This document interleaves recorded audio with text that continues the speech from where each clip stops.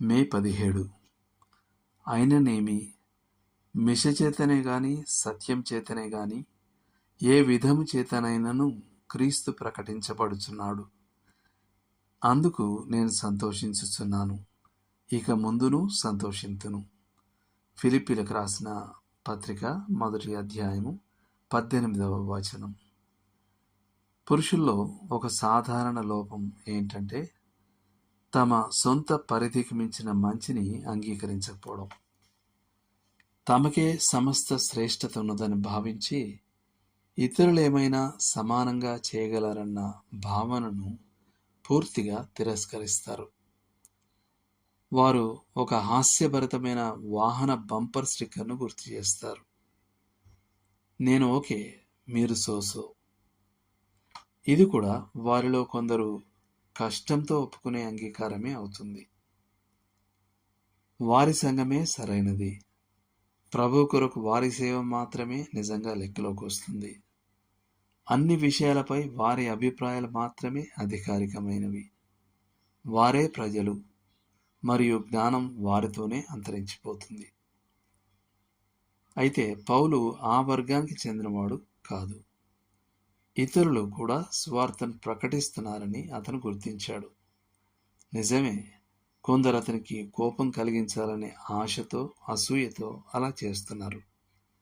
కానీ అతను ఇప్పటికీ సువార్తను ప్రకటించినందుకు వారికి ఘనతను ఇవ్వగలిగాడు మరియు క్రీస్తు ప్రకటించబడుతున్నందుకు సంతోషించగలిగాడు.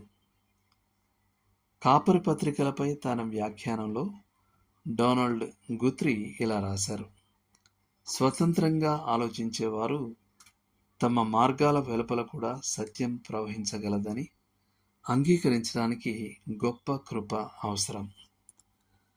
మతాల యొక్క విలక్షణమైన లక్షణం ఏమిటంటే వాటి నాయకులు విశ్వాసం మరియు నీతికి సంబంధించిన అన్ని విషయాలపై చివరి మాటను మాట్లాడతామని చెప్పుకోవడం.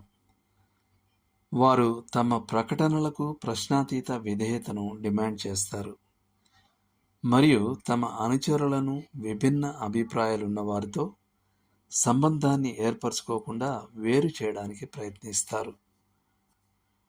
కింగ్ జేమ్స్ వర్షన్ బైబిల్ యొక్క అరుదుగా చదవబడే పరిచయంలో అనువాదకులు తమ సొంత మార్గాల్లో పరిగెత్తుతూ తామే రూపొందించుకొని తమ దిమ్మె మీద సమ్మెటతో కొట్టిన దానిని తప్ప మరేదాన్ని ఇష్టపడని ఆత్మగర్వం గల సహోదరుల గురించి రాశారు. మనకు దీనిలో ఒక పాఠం ఉంది. మనం విశాల హృదయులుగా ఉండాలి. మంచి ఎక్కడ కనబడినా దానిని గుర్తించడానికి ఇష్టపడాలి మరియు ఏ విశ్వాసి గాని క్రైస్తవ సహవాసం గాని తాము మాత్రమే సరైన వారమని లేదా సత్యంపై తమకే గుత్తాధిపత్యం ఉందని చెప్పుకోలేరని గ్రహించాలి. దేవుడు మిమ్మును దీవించునుగాక. ఆమెన్.